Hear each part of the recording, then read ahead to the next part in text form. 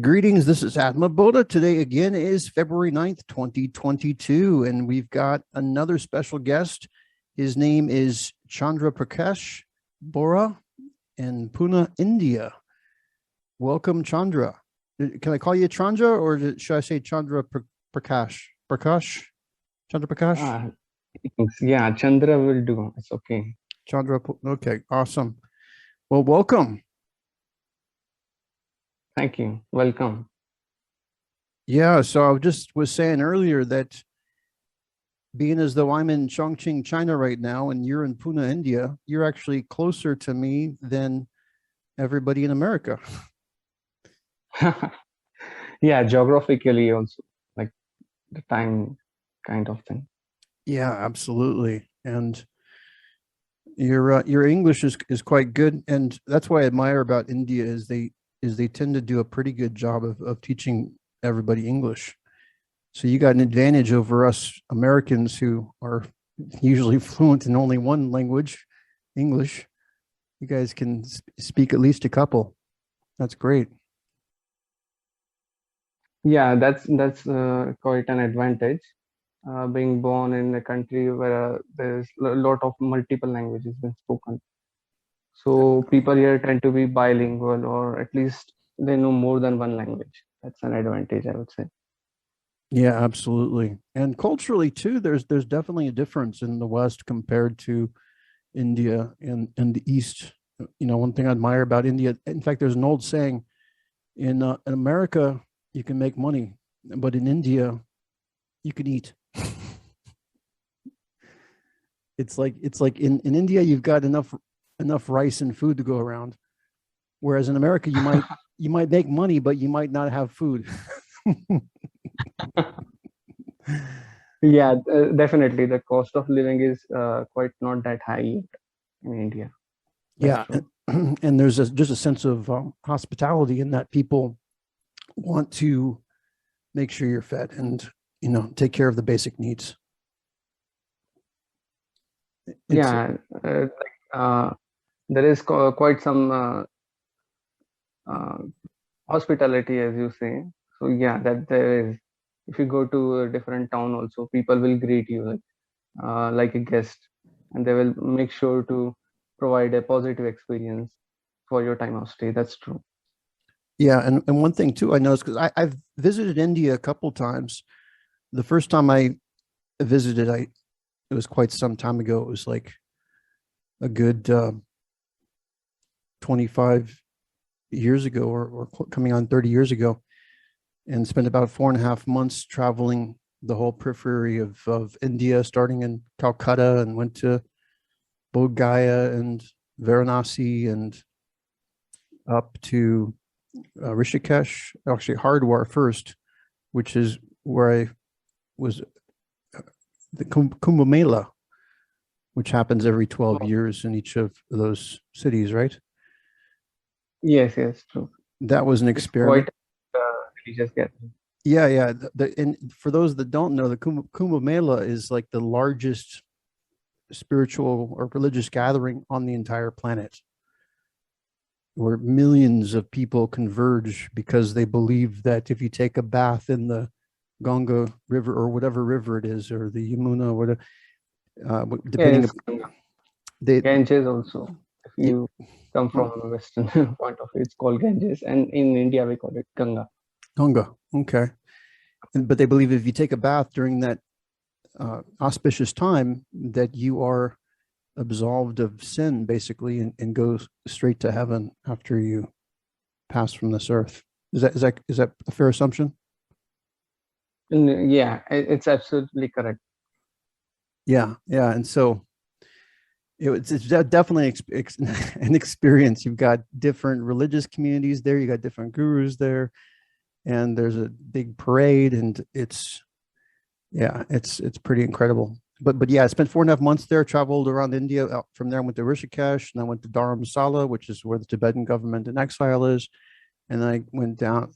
In fact, then I went to Kashmir, went through Jammu and to Kashmir, Srinagar, Lake Srinagar. Stayed on a houseboat for a week there, and came back down and visited Amritsar, where the Sikh temple, Golden Temple is, and Went all the way down to like Agra and Khajuraho and Mysore, Bangalore, and even went as far south as Pondicherry, which is considerably south. And I visited your hometown there too of Pune and visited the Osho ashram. So yeah, one thing that struck me about India, wherever I went, is the hospitality. And even if you go to a shop, it's like they serve you tea and they want you to sit down, and you're very well taken care of wherever you go. And I admire that. Yeah, that's true.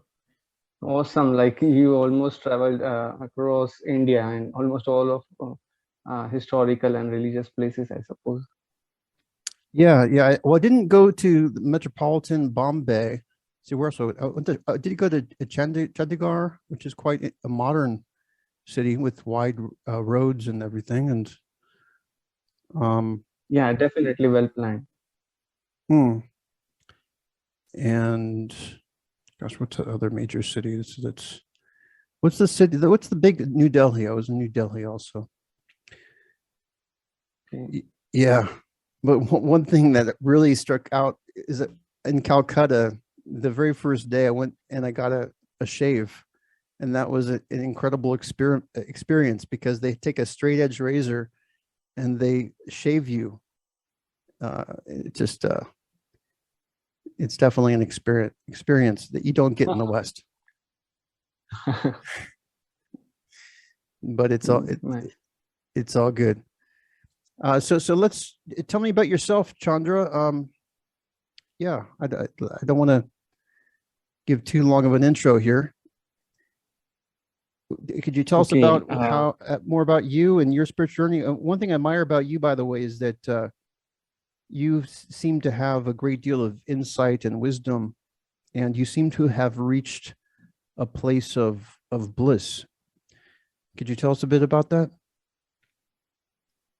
Okay. Briefly, I will talk about where I come from. Mm-hmm. So I'm based in Pune, India, as you know, and I live with my wife currently, and it has been like three and a half years prior to which I had the first awakening experience. It was a spontaneous one. Like I was not seeking spiritually anything, and I was not even aware that any of such thing like blissful experience can be experienced in this life itself. Mm. So there was a lot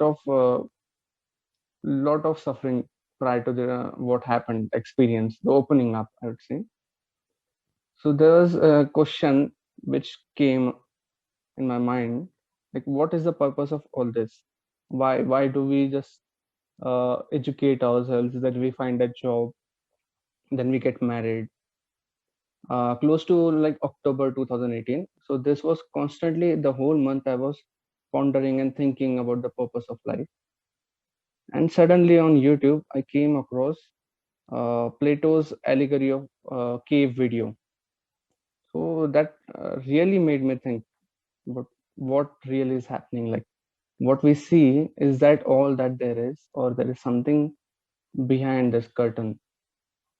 And the whole day I was thinking, pondering about that video, and I was lying on my bed, and suddenly thoughts stopped. All thoughts stopped. Suddenly there was a pause. There was an experience of timelessness. There was nothing, absolutely nothing.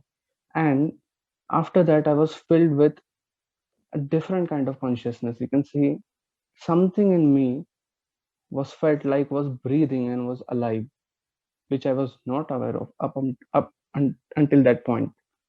Like I can say in the head, I felt like an expansion and contraction of an energy, and it produced bliss. First time I understood what bliss was. It produced an experience of well-being, a warmth in the heart. It was a totally different experience, I would say. From there, I Mm. would say my spiritual journey started. I was not even aware of what spirituality is. I took religion and spirituality to be the same thing. But from that point of time, I would say not religious but spiritual. So that's it. So many experiences followed. So that's how it all started. That's fascinating. Thank you for sharing. And I'm kind of curious because are in India. Are you coming more from a Hindu background?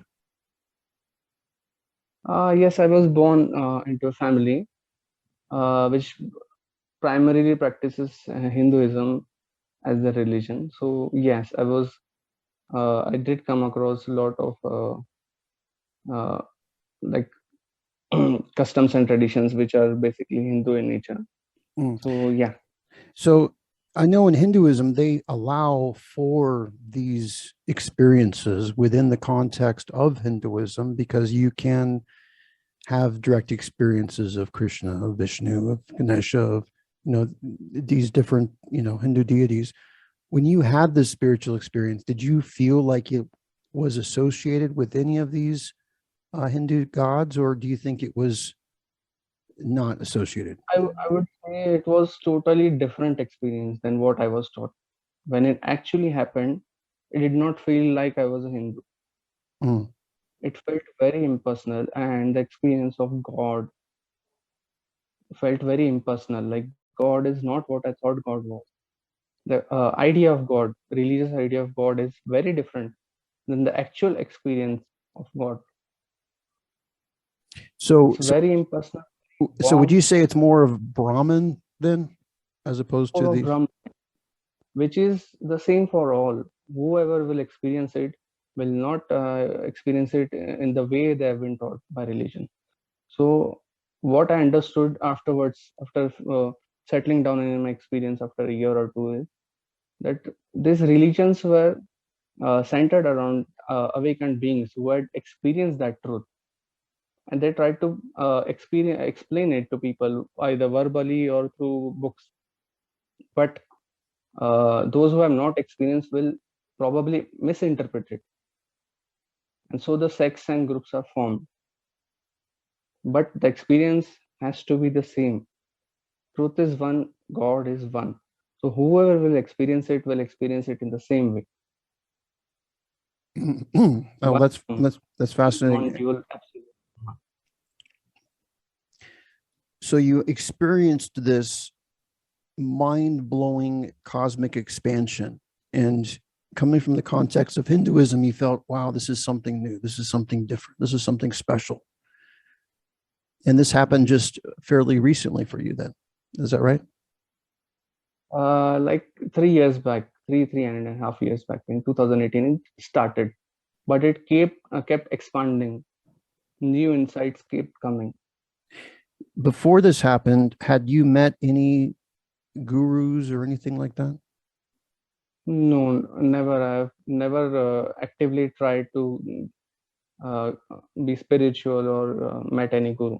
There were many religious guru which we would watch on television, but never did I meet any personally. Interesting.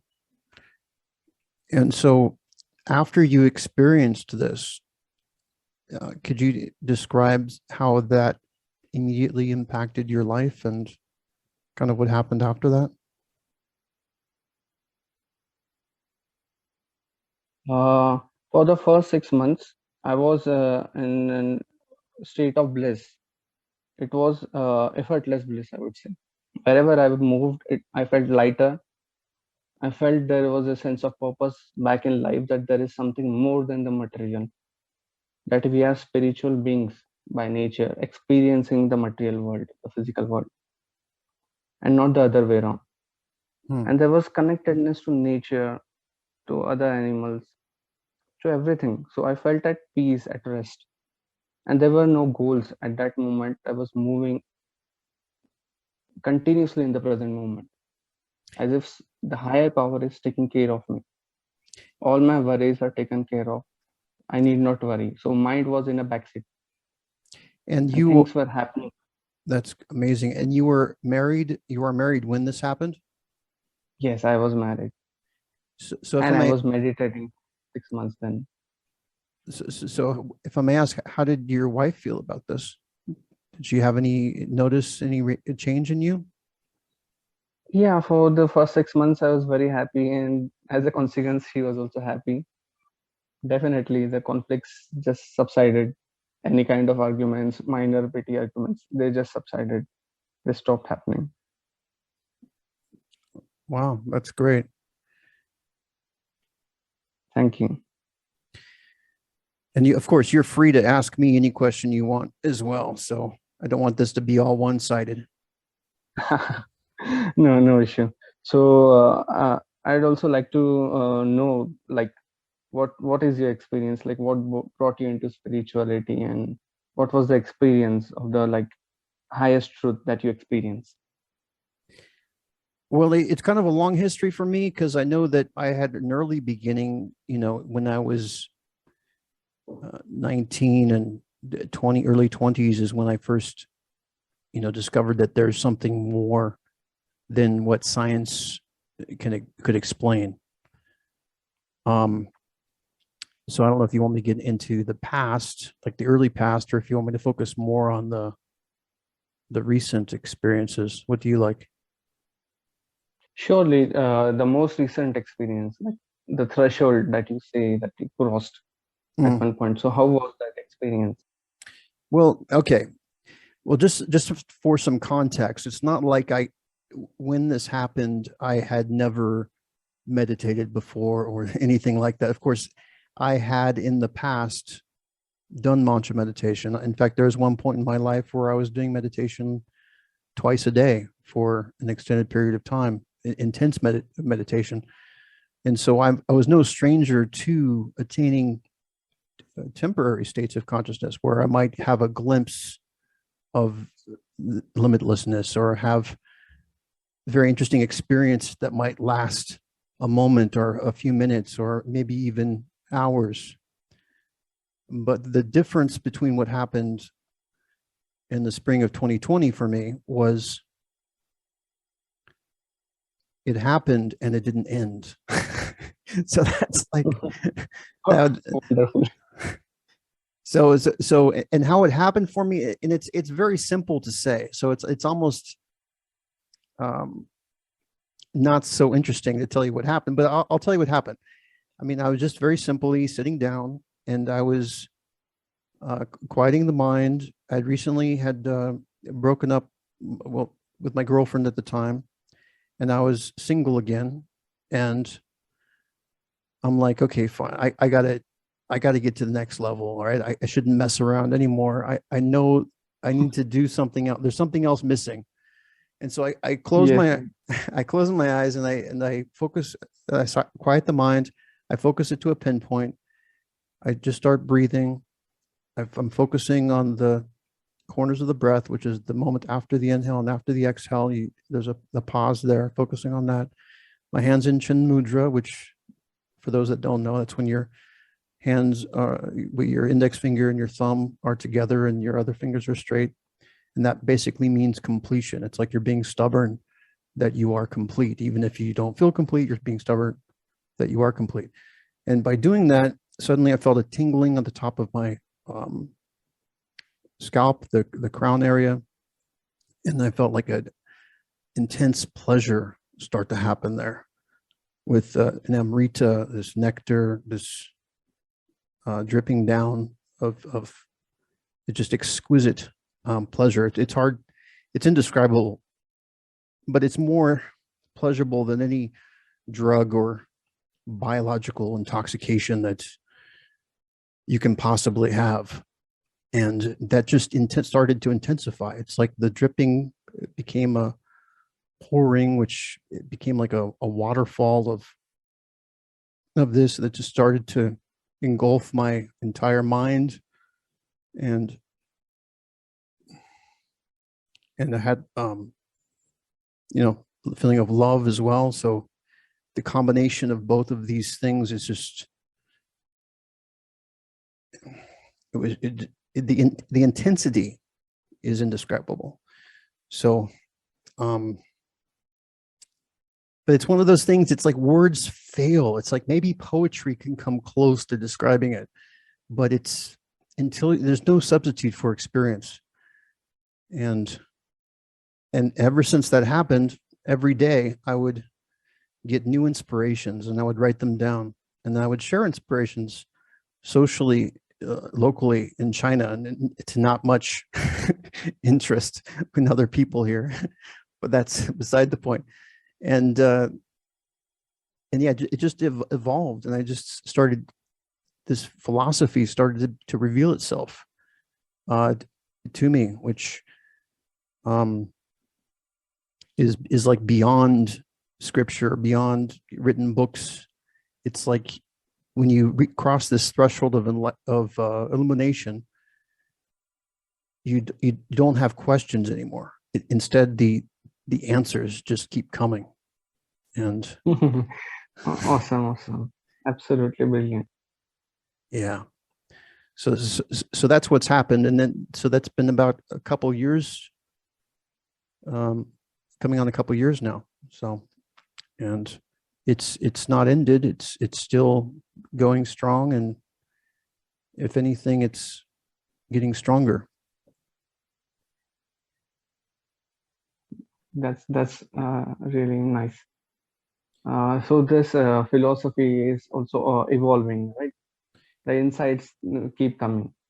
Yeah, they keep coming. I mean, it's kind of like there's so many different ways to say the same thing, but ultimately, what it comes down to in the philosophy that I'm about is that it's not just love, that there's something beyond love called truth, which is just like you can have an open heart, you can also have an open mind. And just how an open mind is different from an open heart, so also love is different from truth. Truth is like the source of all inspiration from my perspective. And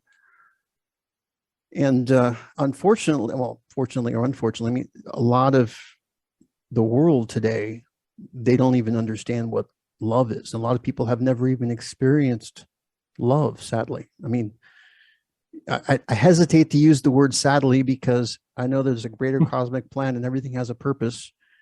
And who is it for us to determine whether something is good or bad in the grand context of things?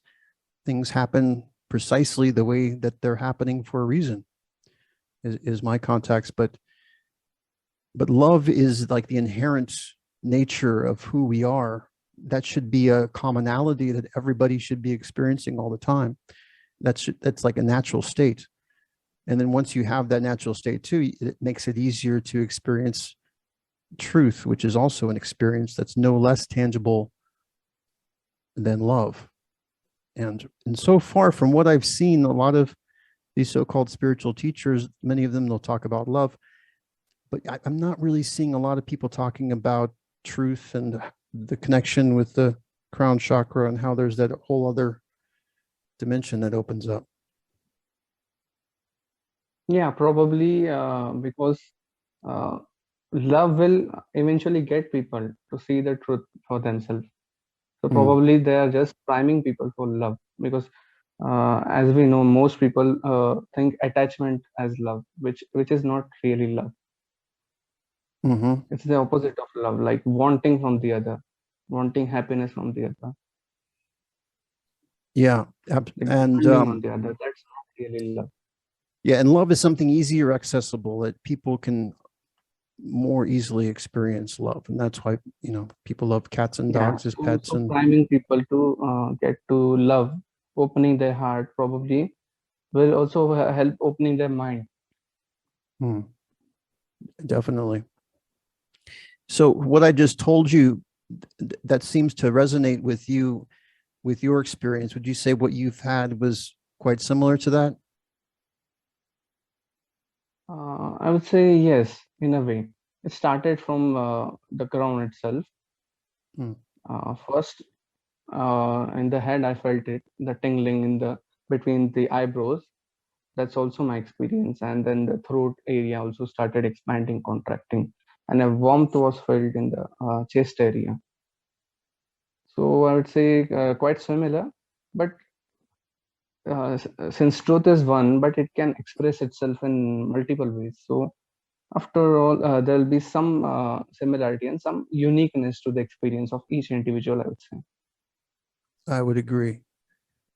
And Definitely. the sequence of how things happen for people don't necessarily happen in the same order too. So people, Yes, absolutely. yeah. And It's not so linear. Like the heart can open first for some mhm, the crown can open first, or for some it might start from the base. So it's not so linear. It depends. yeah.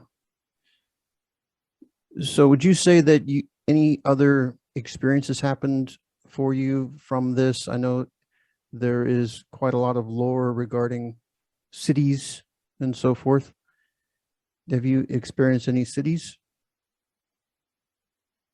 I wouldn't call them siddhis. How they are regarded as siddhis theoretically, and when they actually happen, totally, it's totally a different experience. Like in November 2019, the biggest experience that I had of let's call non-dual experience, and that was when I was sitting in a garden and I was looking at a tree in the afternoon, and suddenly everything started looking like a hologram, as if it's not three-dimensional but like a screen. Everything is appearing on a screen, two-dimensional. Everything was merging into one. So that was one of the biggest experiences. And then I learned to invoke that experience by staring, which is usually called as the Tratak Kriya in India, in Hinduism.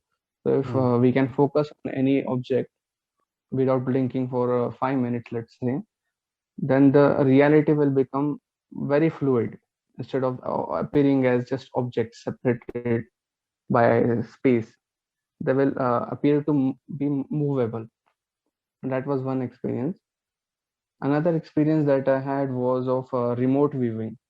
I did not do it consciously, but I could close my eyes in meditation and certain images would pop up, like certain message from a person coming in WhatsApp. And when I open the eyes and I see the exact message there. So this is kind of a function of a higher consciousness, which gives us this insights. It's not like I am doing it. These mm, come just like insights. If we are open, if we have an open mind, we can actually view what's happening far away. mm, But it comes with the grace of higher power only. So it's not to get too caught up in it, I would say. mhm. Well, I agree. And coming from the perspective of a Hindu, have you regarded this other emergence, this new experience of you? Has it affected your religion as a Hindu? Or were you a very devout Hindu before this happened? Or I was not much religious, though I mm, come from a Hindu background. But as of now, I would not identify myself as a Hindu or any particular religion in particular. I would not identify with that. But the base in all religions is the same, that they are talking about there being an absolute truth, which they term as God. So that is one commonality I find in all religions. Beyond that, everybody, I would say, has to pursue to find out the truth on their own and not to rely too much on uh, what religion is pointing at, because a lot of things are add on as stories and myths. yeah, I So I would agree. say I mostly identify as a human being as of now, just as an individual human being. Hmm. A superhuman. Well, everybody is superhuman, or at least has the seed to be superhuman. Yeah. Well, that's beautiful. And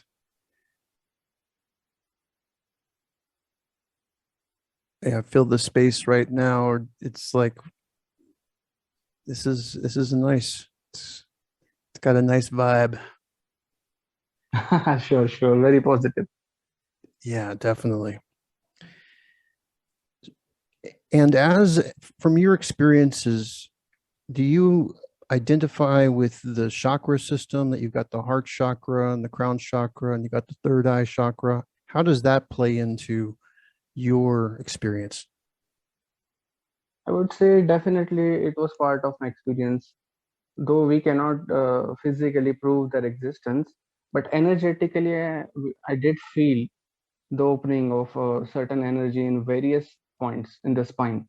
I did go through them, and with each opening, there was various type of emotions experienced, and it Mm, does correspond to the specific. If we read it, like the root chakra will corresponds to stability. So when it opens, the fear goes away, the fear and worry of future, how you're going to earn your livelihood, and that kind of thing goes away. So definitely, what is written, it does correspond to the experience, but it does not unfold in a very linear fashion. Like the root will open, and then corresponding chakras will open. So actually, we all have chakras at a metaphysical level, but they are blocked. Some are overactive, some are underactive. So it's not that everything is closed off. Some people might have three chakra open by birth, lower three chakra, and the upper ones are blocked. Some might have their Ajna chakra already open, the third eye, and rest are blocked. So they might get a lot of siddhis by default, but they might not be spiritual. So yes, the chakra system is primarily what I work through as a meditator. mm, The mantra was my uh, chanting Om initially was my way of meditation, but then ultimately I started hearing is non-local sound, the sound which most people call as the sound of Om, and medically they will call it as ringing in ear, but I cannot say it's ringing in ear because I cannot locate its location, whether it is mm. coming from inside out. So I then I started meditating on that sound. Interesting. I've not Yeah. tried meditating on that sound because I hear that too. It's can be quite loud actually. Yeah, if we meditate it becomes quite loud, and then eventually it goes in the background, it becomes the base state, and it Mm, stabilizes. So it becoming loud is an intermediary step, and it can be very painful in the head. mm. Interesting. Well, do you have any other questions for me? uh, I'd say, so how do you plan, like in future, how to like inspire, like you say you want to inspire other minds, so what is the plan that you have for the future? Well, that's a good question. And what I admire about masters and yogis of the past is that once they have come into a full maturity, which I don't claim to be at full maturity yet, I can say that I've crossed that threshold of illumination whereby now I'm in a continuous state of bliss and love pretty much all the well, bliss definitely all the time, love mostly all the time. The difference why I can't say that I experience love all the time is because the heart also is a center of empathy. So, as an individual, I feel that that is the how do I say, through empathy and being an empath, you can experience what other people feel, right? So, um, I'm working on having empathy while also having a sense of strong love. But but ultimately though, where I'm at right now is that the having equanimity of mind, impenetrable mind, always in bliss, that means you're no longer susceptible to fear or doubt or worry or anxiety or feeling nervous or any of those things.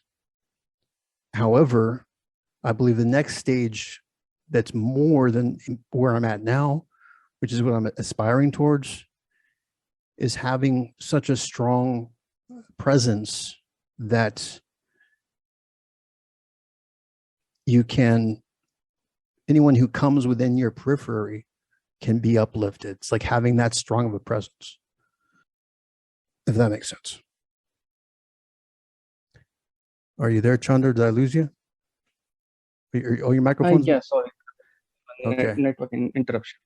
Yeah, Yeah, I'm back but on. what I was saying is a lot of these past masters that achieved success in sparking different awakenings around the world, is one characteristic common with them is having such a powerful presence about them that there's an unmistakable sensation of just of when somebody comes into that person's presence, that they can have a profound experience, if that makes sense. It looks like your mic got muted again there, Chandra. Okay. Oh, that's really awesome. Like what you said, yes, it is possible in presence. Like people can spontaneously awaken. That's true. Yeah, I mean, as an ideal, I think for in fact, all of humanity, not just me, but I think for everyone, that's an amazing place to eventually arrive at. If you can come to a place where you are experiencing love and bliss so intensely and so strongly that it just radiates out from your being, that it can help to create a cascade effect, so that anybody that you come in contact with gets transmuted and subject to a powerful experience, and then that can have a ripple effect as other people get awakened and their hearts get awakened and they get awakened to bliss. It can just start to spread everywhere in a much Yes, definitely. spectacular fashion. That's actually a good way to utilize this experience, this kind of bliss or the power that we are bestowed upon. Kind of, we can say it becomes a purpose to awaken spontaneously others too. Definitely. Yeah. So you asked me where I'm heading. That's where I am heading, and by the grace of the universe, that's what will happen. And I see this not as something that's possible, but as something that is inevitable for everyone. Yes, yes, absolutely. Eventually, that's true. Yeah. And Beautiful, beautiful. mm, I appreciate you a lot and what you are doing. Really, it's a good job. Like that, I would say, kind of the higher power guides us to do it. Otherwise, we wouldn't be able to talk about it. yes. And I would love more people to talk about it. It's like just because we're talking about it, it's like I'm sure someone else out there is talking about it too, somewhere. So definitely, there are a lot many people that are working to awaken other hearts and to inspire. Definitely. Hmm. How about you? What do you see yourself as the next stage uh, what you want to do? As of now, I have no particular plans. So I'm just simply being myself. I think I can do a lot to the people around me simply by being at peace and bliss. It will inspire them eventually in my own circle. So the work that I have, the job that I have, I value it as a gift given by the higher power. So if I can keep doing it, keep earning a livelihood, and while doing that, whoever I meet in my daily life, that should be enough for me to be able to inspire them Hmm. with my own happiness and bliss. Many people have asked, like, what's the secret? So if they are interested, then I share my perspective. If somebody is not interested, then I don't bother, because my individuality is as important to me as theirs is. Ultimately, it's about freedom. So they Hmm. have to choose whether to ask or not. Otherwise, I do not usually upfront. I won't share it. If I may ask, has your wife asked about this sort of thing? My wife is also quite religious, Hmm. so she has her own way of spiritual practice, and she is not actually I would not consider like the awakening experience, but in a religious way, she is happy. So I would really let her be with whatever practice she is doing without interference. For me, she is happy. That's more important. Yeah, and I wouldn't. I'm not trying to suggest otherwise. I was just curious to how you know. Yeah, it's a very tricky situation. Yeah, If I currently enforce it, then in a way, it doesn't come from like the perspective of a higher power. Higher power has given free will yeah, to everybody. Even higher power would want them to actively seek at their own will. I am a 100% in agreement with you And about that. it's the destiny that will bring them to the higher power. It will look like they have used their free will, but it is destined for inevitable for everybody to awaken eventually. So what I can do is just be there as a presence and be there to answer if asked. That I will never deny. Hmm. Wonderful. Well, I think this has been a very enlightening conversation, and I really appreciate you, Chandra. And I think that you are a special soul that are put here for a reason, for sure. And yeah, you, Thank you. I also like to think we all are special. Like deep down there, we all are pure souls, special, waiting to awaken for sure. Thank you. It was a very blissful, wonderful experience of this conversation. Definitely, it was very positive. Thank you. Thank you for the invite. yeah. And just to add to what you said, because obviously we're in a world that is not enlightened per se. However, positively we can view it. We can we can definitely notice that there is still a lot of work to be done here. But as you said, everything is proceeding perfectly, and everybody is special. And how I like to look at it is everybody is like undercover, but they don't even know they're undercover.